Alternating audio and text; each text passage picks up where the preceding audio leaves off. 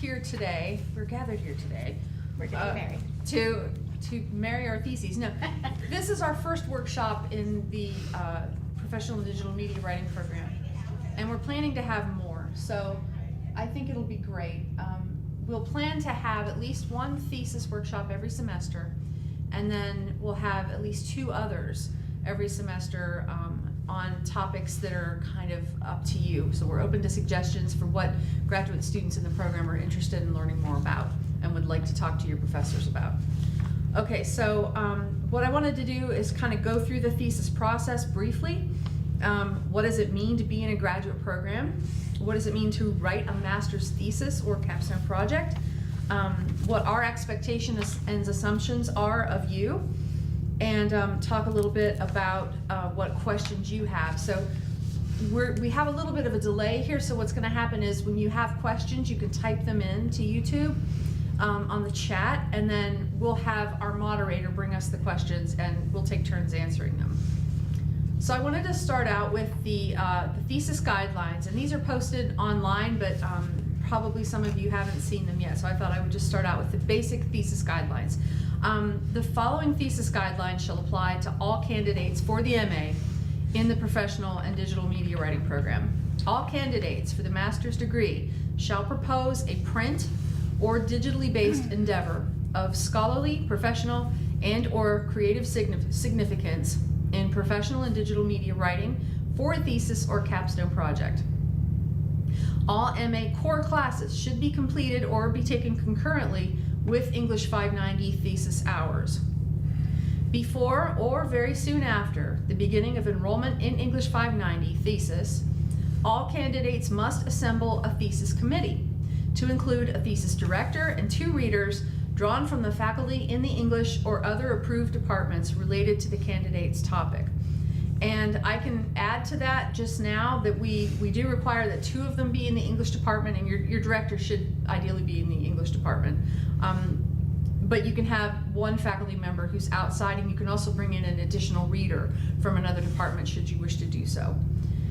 Candidates should meet regularly with their thesis director to stay on track with their thesis timeline. Readers should have input and a chance to offer revision suggestions for the draft of the thesis. Before the beginning of English 590 thesis, all candidates must write a 2 to 3 page thesis prospectus to be approved by the thesis director and committee, the department chair, and the graduate coordinator, me. The prospectus should include a scholarly and/or professional rationale for the thesis project, an overview of the concept, a timeline for completion of the project, and an annotated bibliography of high-quality print and/or digital resources. Where feasible for print-based projects, candidates should follow the graduate school's thesis guidelines, which are available online, and I can send you out that link should you need it. We do not require you to have your thesis printed in this department as of right now. So we accept just the digital version of your thesis. All candidates will present the thesis in an oral defense, during which committee members will interview the candidate about the scholarly, professional, and/or artistic significance, methods, and findings of their research project. The oral defense should take place no later than 5 years after matriculating in the MA program. The completed and defended thesis must be formally submitted to the thesis committee director, graduate coordinator, and graduate school no later than 5 weeks before graduation. Exceptions to these guidelines may be granted in special cases, but they must be approved in writing by the thesis director and the department chair. So those are the guidelines that we have set up right now for our thesis and capstone projects. So first of all, you have to come up with a committee. Now, I have that document that I've been sending out to people, and you can let me know via email if you've not received this. I have a new and prospective students welcome package that I put together. It's kind of a large PDF form, and inside it has some really helpful stuff, like it has documents from all our graduate faculty telling you what their specialties are, so you can look through that and see whether these faculty are people that you would want to talk to about your project to get some feedback from, possibly have them come in on a committee or be your thesis director. So that's a really important thing to do, and you want to get that done fairly soon. I mean, there's really no reason to wait. If you have even an inkling of an idea of what you'd like to work on for your final project, it's not a bad idea to start talking to faculty now, because as it happens, we had, you know, our first couple of cohorts in the program 4 years ago had their pick of faculty, but as everybody's kind of getting to the finish line, we're sort of getting crowded. So there are a lot of people working on thesis at the same time. And if you want to get your kind of favorite faculty members or whatever, it's never too soon to ask them to get on board. Okay, then there's the plan of study. So after you get your committee together and you get them signed on and file the paperwork for that, it's just this one form here, very simple. Then there's the plan of study and application for candidacy. All graduate students who have been admitted as admission pre-candidacy full are expected to complete a plan of study no later than the semester they're enrolled in their 12th credit hour of graduate coursework. We don't necessarily hold to that standard. We like to have it done when the student starts working on thesis. So as soon as you're signing up for 590, we want you to get this plan of study filed. And we send it over to the graduate college, and Ada Garcia Cole over there handles them. And as it turns out, we're usually pretty early getting ours in. So she's always pleased to get them, but you have to have it filed before you graduate. You cannot graduate without filing this plan of study. Okay. So we wanted to move into talking about what it means to be in a graduate program. So I wanted to, first of all, open up this discussion of what it means to do graduate work, and especially because this is a professional program and not necessarily more of the theoretical-based graduate program that you'll find in many other universities.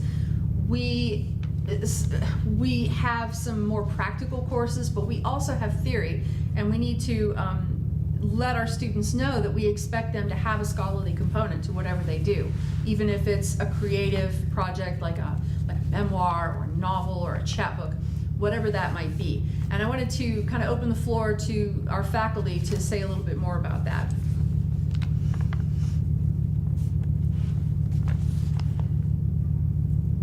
Me? Okay. Yeah, please. You go, then I'll add. All right. Well, I'm here representing the faculty member whose background is creative writing and original work. I currently have a student now who's working on a memoir. And I think that there is some confusion about the level of rigor required, not just for the original work, but for the research as well. The creative thesis or thesis of original work, because this can apply to a number of different things. One of our students created a website design, right? That was Sarah. And so there's a number of different applications for that. But and this could be, I still have to write something that is specifically regarding the original work, but it requires a vast amount of reading.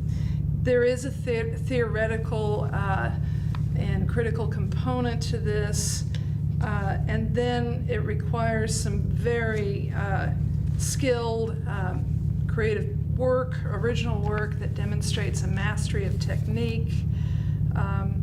And I would have to say students tend to underestimate how demanding that is, how rigorous that is. It's really tough writing original material, and we expect that it be publishable, or at least very near that.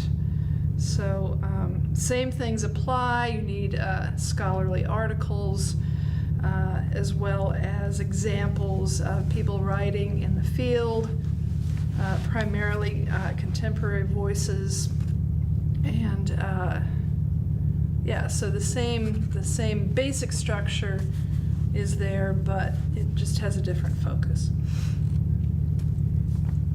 I'll add on that I'm sort of new to the master's program. I don't know where to look. I'm new to the master's program, but my background is an interesting mix. My master's was in literature, and I did not have to write a thesis, but then my PhD is in a very research-based study because I'm in education, but then I wrote mine as the first person to write a narrative dissertation, so I actually told creative stories based on the idea of collecting research.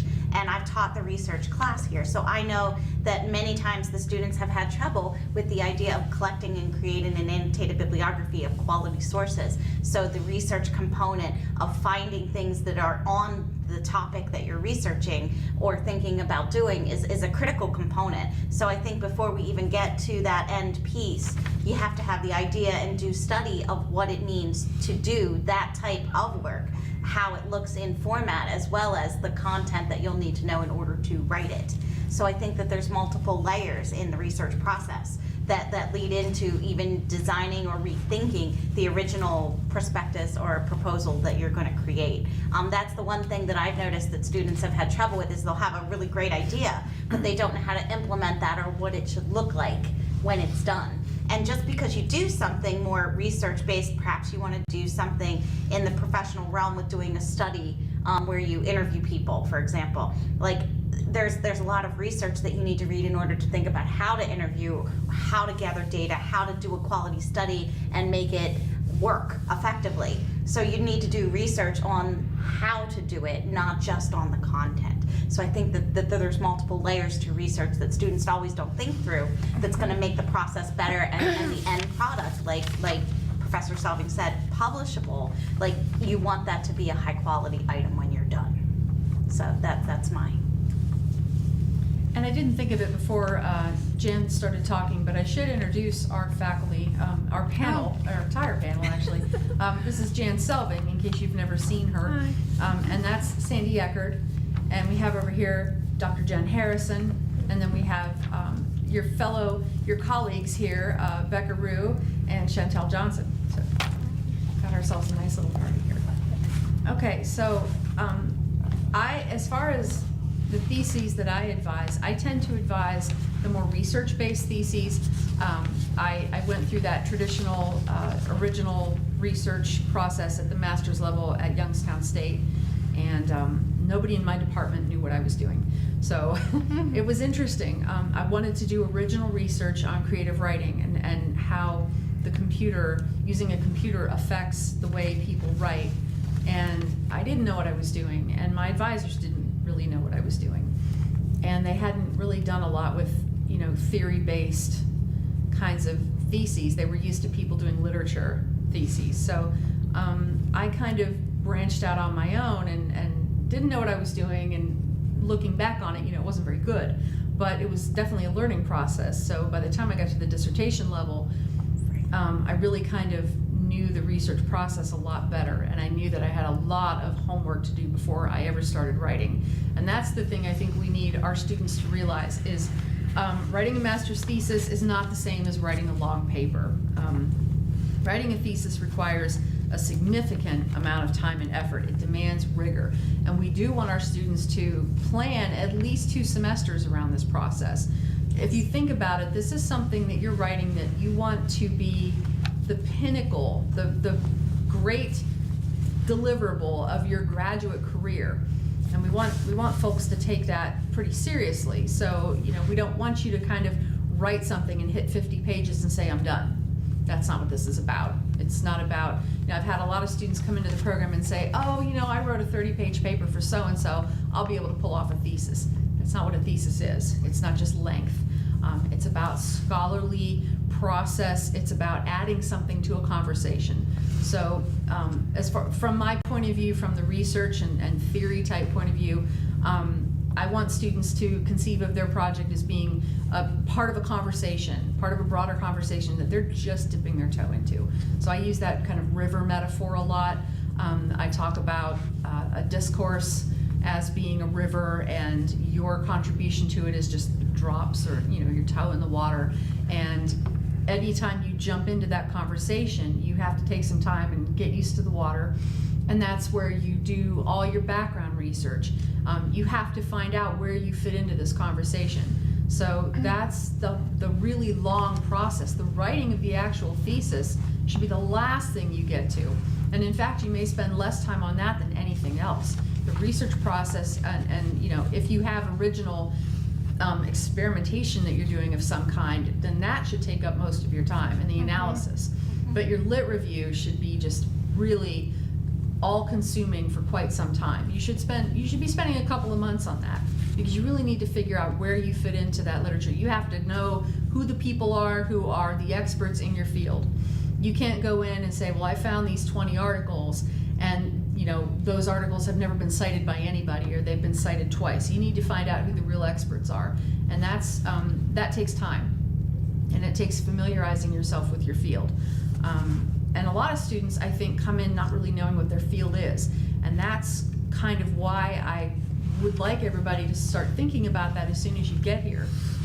What am I really interested in? What do I want to do with this when I get out of here? And if you're thinking of going on for a PhD, even if it's a possibility, I strongly suggest doing some kind of research thesis, because it'll look great when you apply to PhD programs. And if not, if you're really looking at this master's to move you ahead in your career, which that was kind of the plan with a professional master's degree, then we want you to do whatever will advance you in your career. So you conceive of a project that is of pretty big scope and has a scholarly component to it, and you talk through it with us, your committee, whoever that is, and we get you to a point where it's of significant scholarly merit and rigor that you're ready to move forward. But this should take time. This shouldn't be something that you come up with overnight, and suddenly it's a project and you start on it the next day. Any one of our students who've gone through the process can definitely tell you that. Comments? Go ahead, Sandy. And another thing is, like, this summer I taught the research methodology course, and I modeled that based on what you and I had talked about. And I think probably taking that course before really cementing the idea for the project, for the thesis, is really good, because you're going to learn how to interview and how to do research and all the little ins and outs that are related to collecting real data. Yep. And the final project in that course, I think, is really indicative of, like, this is a tiny version of a larger project that you could do. So I really think that that's another key thing. If you haven't had that course yet, you should probably plan on taking that first. Yeah, and I think we even have that on our on our requirements, that they should have all the core courses out of the way. Yeah, all MA core courses should be completed or taken concurrently with English 590, and I would definitely say having all your core courses out of the way before you start on thesis is a mighty fine idea. Because they're the core courses for a reason. They are your foundation. Dr. Harrison, anything to add? I can add a slightly international perspective to say that if you are thinking maybe of going on to research, I don't know where to look either, going on to research, I guess you're looking here. the perspective that I could give you is Europe, and if you are thinking of continuing research outside of the United States in that kind of international research context, your master's would be considered a tiny fragment of what they would hope you would go on to do at postgraduate level. And you would be expected to not just be aware of the dialogue in your field, but to be a part of it. So to be aware of who those experts are and have something that you can say back to them, and to do that you need to know them thoroughly. A lot of people come into this program straight out of undergrad, and they really, many students, I have to say, even though they're majors in English, or have been through the professional writing track, have a lot of catching up to do, because it is a graduate level program. Yes. And so that's why we recommend that you spend a good I would even recommend 3 months reading. I mean, that you got to absorb the material. You've got to know it inside out. And we were talking earlier about establishing what the foundational texts are, getting those, and then finding the more current literature. So yeah, so much of it is just familiarizing yourself with what's out there. That's not a bad idea. I think we should have a reading list for this program. Yeah, that's a great idea. And I think, just to kind of tie into both of those concepts, the idea of knowing who these people are and then being able to go to see presentations, and you're not going to probably be able to do that while you're taking the master's courses, but being aware of what conferences there are that you could go to learn and meet these people. One of the highlights of my life was about a month ago, the premier writing center person in the United States friended me on Facebook. So like for me, like that shows that now I know, I was a little emotional too. That the idea that, you know, like she knows who I am because of the work that I've done. And that's really kind of what the Masters is kind of like tilting you toward, is the idea of you're joining a bigger conversation. So I think that that's what you have to think of the Masters as leading you to do, so that you understand the field and the people in it, so that you can join it, or, you know, paddle better down the river. It's an Going with the exciting, metaphor. it's an exciting prospect, you know. It is. It's like going from the little kids table to the adult table. Yes, and we have alcohol at the big kids table. We do, yeah. Sorry, it's late. It is late. I wished I had some right now. I know, right? We should have wine. That would entice people to want to come Yeah. in person. I know, we should totally do that, right? But we could have Chantel bring it from the winery. I could bring some. I could oh, you're the moderator, never mind. I am. Okay. Does anyone have anything more to say? Because I was gonna open it up to questions. Well, I think we should cover these other two things. Please do. Okay, yeah. Yeah, sorry. Yeah, Make let's a go down to list. those too. So, this is under our expectations, assumptions. You know, all your professors in this program teach 4-4, plus we do a tremendous amount of committee work, grading, course preparation. We do an incredible amount of work, and so you need to keep that in mind when you have your submission schedule set. I wouldn't regular submissions, I wouldn't say anything more than 15 to 20 pages, you know, on a regular I would prefer basis. smaller chunks myself. Smaller Especially chunks, at the yeah. beginning, like after you've gotten a lot Yeah. going, then I think 15 to 20 is good. But at the Yeah. beginning, I would want 5 to 10 pages, sorry. Yeah. 5 to 10 pages. Because I think that in Yeah. the beginning, you need to have that foundation built before you start putting up the walls. That's a good idea. And then, please keep your committee members updated about your submissions. Sometimes the D2L, have you noticed this, that sometimes D2L doesn't always notify us when something's been submitted? And also too, keep in mind that and I know this might sound obvious, but keep in mind that we're not your editors, right? So we expect that you come into this program with a high level of writing skill, and that you know the citations that you need, and that you know how to self-edit, those kinds of things. So if you don't have those skills, I think this is a time to, at least you don't have the advanced skills, this is a good time to polish up on those. What? And we do have a writing studio on And we have a campus. writing studio. And if you are available to come to campus, you can visit in person and bring chunks of your work and get another person's feedback about how it's going. But if you're not on campus, we have online resources. And we can even design some. If you have questions, you can always let me know. And I would be happy to even make a video on a topic that you think would be helpful for writing this type of a project too. But we've got all kinds of things like citation styles, tips for proofreading, so that you can do that stage before you submit it to one of the committee members. You're our writing specialist. Sometimes. Has anyone ever discussed the idea of having online live tutoring? No. No. You need an apparatus for that? I just, is that like, no, but we'd be willing, or no, that's not something we can do? We could talk about it. I just thought of it. later. I mean, it just, I didn't mean to put you on the spot.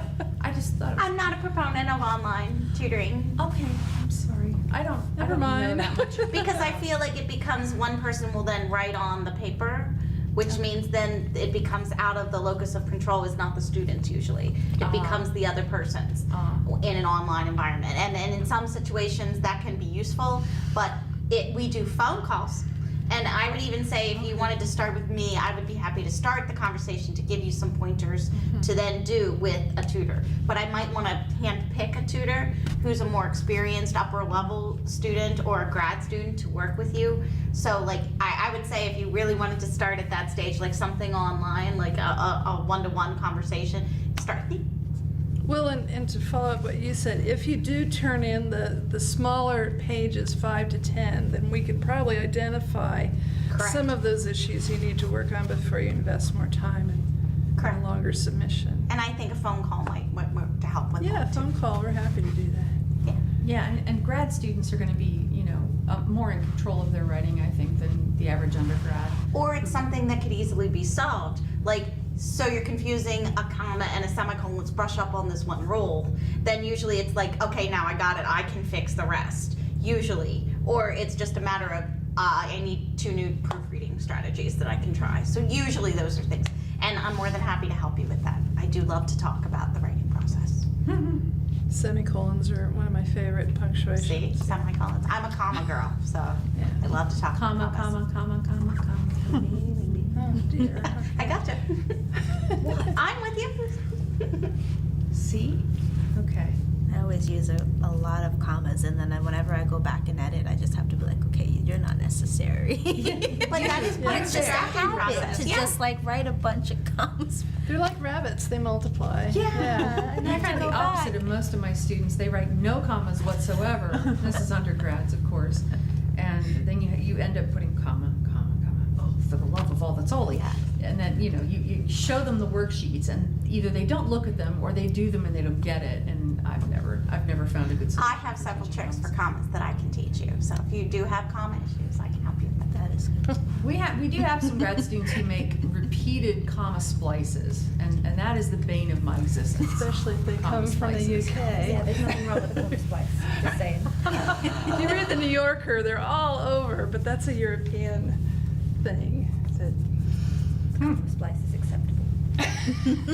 Comma splices are evil. Yeah, but why? Never mind. I'm I'm not gonna have a fit right now. tonight with you. We gonna throw down. I just- All right. Gonna throw down, Britt. Okay. Feel outnumbered. Well, I here. think sadly you are. We do love our commas in the United States. So we wanted to open this up to your questions, which for now, until we have a better system for doing this live, we'll have to have you type in. And as I said before, we'll have our manager person. I called him the moderator before, but I guess that's me, isn't it? Our tech supervisor. Our tech supervisor, thank you. Our technical guy, come in and bring your questions to us so that we can answer them. So we're gonna pause and let y'all type in your questions, and then we will take them as they come. Y'all. I love that. My Texas came out. But I just recently read an article that talked about the precision of y'all, right? That all those regionalisms are actually more grammatically precise than other things. A lot more sense, yeah. Yeah. Is that my phone? I think it might be.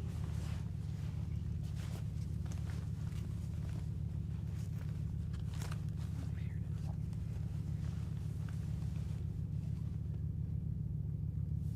Yeah. I have a pause screen. Okay. Somebody pass me that water bottle, please. Yeah. Thank you so much.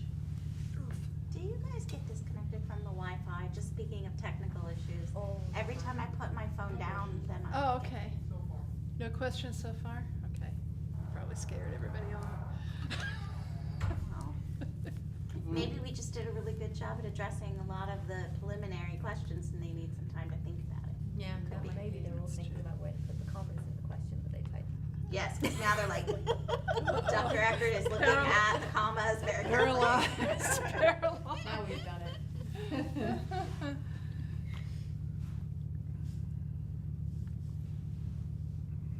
Gosh, I cannot get warm. It is cold in here, it's not good. I'm comfortable, which means you guys I'm are so freezing. comfortable. I can't stand the heat. Me neither. That's why I love Texas. Everybody always comes up to me and goes, aren't you cold? And I'm like, no, I'm good. Because I wear my little dresses and everybody else is in like boots and everything. I'm like, I can't do it. It's boot season. Stroud is super hot, I feel. This is the wearing first my- time I I've don't been in have this to building teach in years today that it's been this clothing. cold. I'm gonna have to These are hang the out most here more comfortable often. shoes. It's nice and chilly. They Do you two have any Yeah. questions for us since you're here? What about you? A lot Oh, of, yeah. I I have to figure out what I want to do, because I want to do an original work. So I have Cool. to. You answered a lot, like.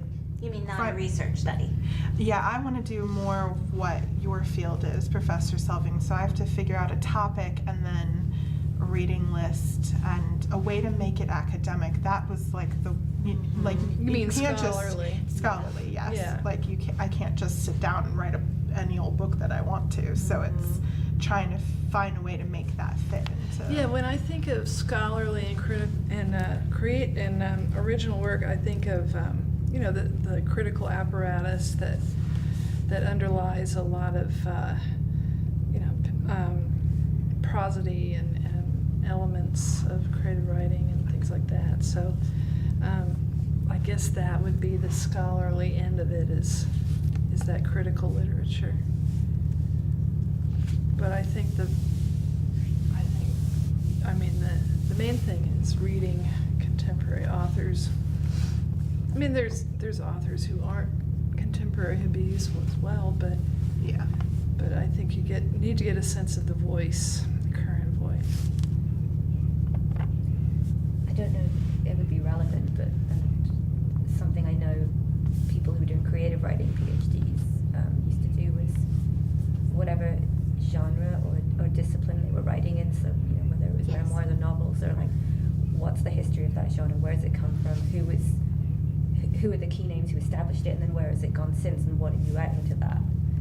So I don't know if the form That's of the novel has changed. I think that How are you helps a working lot. with it? That's And- good and clear. Definitely. I like doing studies if anybody's interested. Nobody ever picks me. No one's ever asked me. I don't know why. I love doing studies. I did And it. my dissertation was narrative. I wrote stories. We could use you, definitely. I'm on 5 committees right now, and I'm chairing 4 of them. I just thought of something else. For my, I took a graduate exam in my graduate program, and we did cover that kind of, but it was more of a comparative exam of comparing. I remember I wrote on Gertrude Stein's Tender Buttons, and oh my God, I thought I was coming up with the most earth-shaking, and boy, did I find out that I was way behind.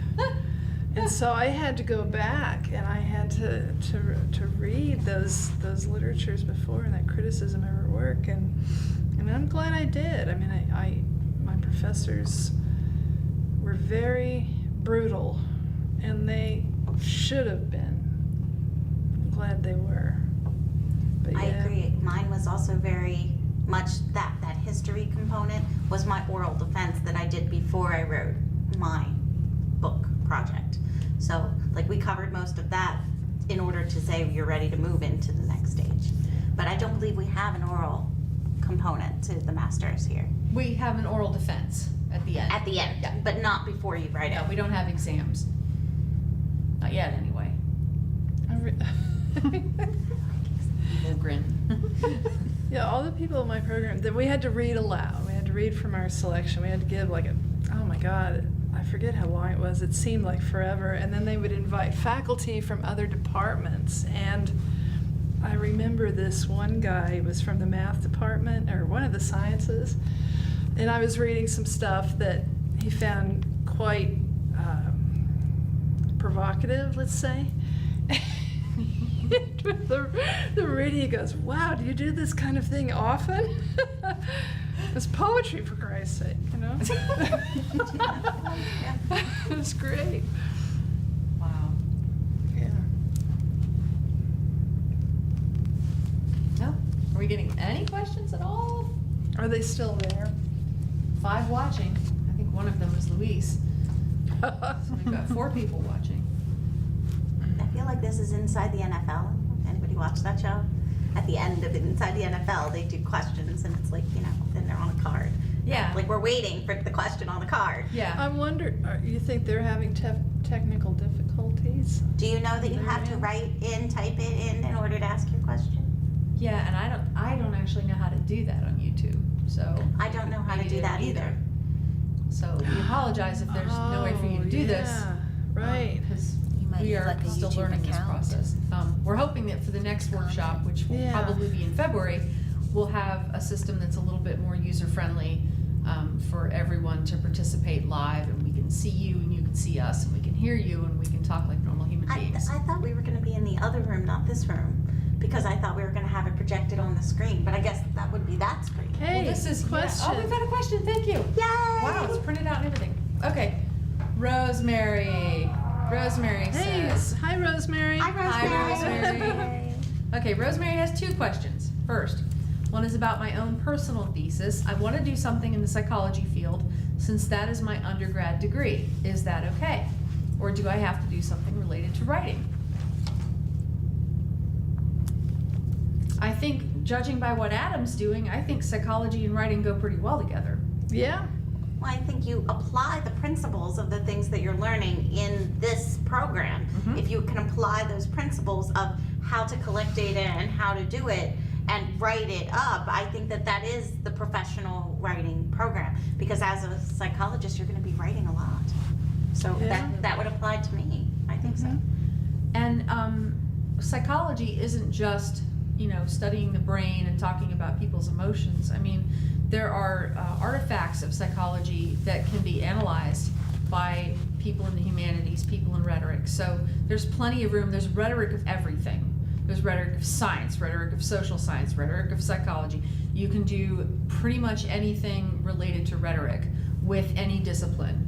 So there's plenty of room for that, Rosemary. Absolutely. And we can talk about that more. Any specific ideas that you have. I know you sent me an email earlier today and I saw it, but I've been running around like, the chicken with its head cut off type thing. All right, so Rosemary has a second question. Can we set up a forum to add a list of tools or resources that can help with the thesis project? Actually, I have that kind of set up already on D2L, and I can add you to it. All you have to do, for anyone who's listening, all you have to do is shoot me an email and say, put me in the thesis D2L group, and I will put you in it. That was easy. We should put everybody in that, pod, in that ongoing pod. On the on-googs. The on-googs, because you're Yeah. all listed there. I know, but nobody ever goes in there. I don't even know what you're talking about. Well, It's the D2L list menu, there, I had Dave Barnes create an ongoing link for me that For graduate so I wouldn't have to students. keep figuring out which semester it started in. And so so all the thesis committees and all the grad students are in that same pod for everybody. So everybody at the university has access to it? No, just us, for everybody in the program. Do I have access to it? I don't think I do. You might just have to add us faculty Yeah, to because it. Yeah, like, add. you have I don't know it how with to the add, but I can students, ask But Dave. I don't That's think released. that I'm in it. I don't even I'm know not what it either. is. Yeah, we'll It's just not dump listed. everybody in the ongoing, and that way we can all, chat. That's fine too. Whatever Yeah, works. One spot. I mean, the old thesis D2L section that I have set up on D2L is, thesis. I've just been adding detail people that to it. Dr. Wells was talking about. because everything's But there, not but the it'd be ongoing. easy enough to copy the course to an Yeah, ongoing. just copy, yeah. Okay. All right, that's a side point, I guess. Okay, yeah, but yeah, that's Rosemary, we can do that. Any other questions? Specific, general, we'll take anything. Because we're up all night to get Loki. We're up all night to get Loki. To get what? Lucky? Oh, lucky, I tell you. She changes it. Well, Oh. somebody did that on, somebody asked Tom Hiddleston to do that in an interview or something. Really? She changed the words of Up All Night to Get Lucky to Up All Night to Get Loki, and she made him sing along with it, and he messed it up and sang it as Up All Night to Get Lucky. And he's like, oh, blank. I messed it up. So, yeah. Have you seen the new Thor yet? Yes! Have you? I loved it, but there was no character development whatsoever. No. No. But Well, what do you expect, right?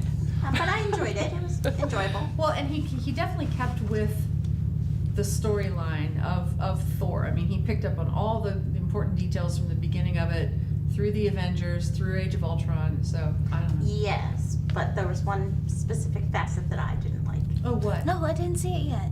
I know, that's why I didn't say what it was. Oh, okay. That's, I'm Like being you were deliberately getting vague. to. Okay. On purpose. I'm seeing it next weekend. Okay, all I right, know. wait, no spoilers. Yeah. So we're a little off topic while we're waiting for your questions. We're talking about Marvel movies. But there's always time for Marvel, right? But I'm a DC girl. Oh, okay. I finished Stranger Things. So have I. It's even scarier. La la la la la la la la la. Okay, No all right. spoilers. Say anything. I think for me, again, no spoilers, but for me, I think season 2 was better than season 1, and I loved season 1. Wow. It's very rare, I think, something can improve. It usually is slightly less because you love it, like then you're disappointed. It's like the X-Files. I was a little bit disappointed in the new season of the X-Files. Still okay, but not amazing. But I thought Stranger Things 2 was better It was so scary. Awesome. and lovely at the Yeah, same time. yeah, no, it's Scary very and good. lovely. Scary Like and really, lovely. you'll know exactly what I mean once you watch it. Okay. Yeah, it's really good. All right. My students are all. See, now about we're it. really off topic. That's okay. We're just waiting on somebody to ask a question.